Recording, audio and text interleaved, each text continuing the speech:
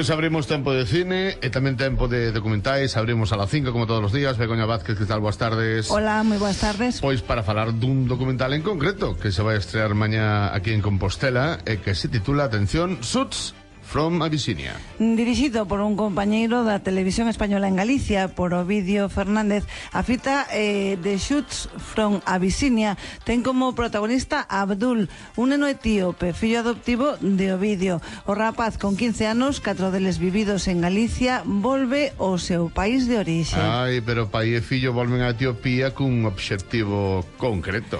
A idea é reencontrarse co país africano e tamén, sobre todo, achegarnos unha imaxe lonxe dos estereotipos e tamén dos prexuizos.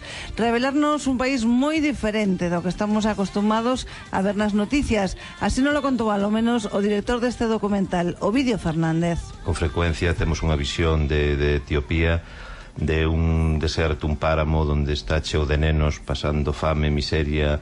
Eu decidín con meu fillo facer unha viaxe ali e comprobar in situ como era esa realidade. E a verdade é que nos encontramos un mundo completamente distinto. Efectivamente, si hai moitas carencias, hai moitas necesidades, hai moitas fames, pero topamos un país cheo de historia, cheo de cultura e con moitas posibilidades de futuro. O director Ovidio Fernández revelounos tamén que nesta viaxe iniciática tivo en mente a moitas familias galegas que na última década adoptaron rapaces no Corno de África, no país das fontes do Nilo. O que máis me chama a atención é o título do documental, Shoots from Abyssinia, é dicir, disparos dende Abyssinia. Imos ver, Abyssinia é o antigo nome da actual República Democrática Federal de Etiopía, e o de Shoots non é só disparos, ten outras connotacións. Xoga co disparo de Shoots e incluso disparos de fotografía, disparos de rabia, de desexo de transformar as cousas.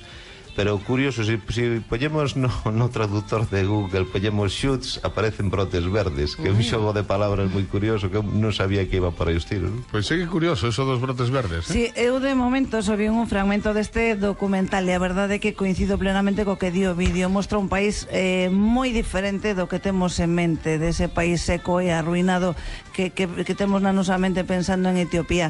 Nas imaxes aparece un país cheo de verde e de auga. De feito, o realizador ultima xa a edición dunha segunda parte na que se afondará na extensión, na riqueza e tamén na variedade cultural do país africano de Etiopía. A estrea, repetimos, será mañá, non? Sí, é mañá ás 8:30 da tarde no Salón Teatro de Santiago, aquí en Compostela, e a entrada, que é unha cousa moi importante, é de balde.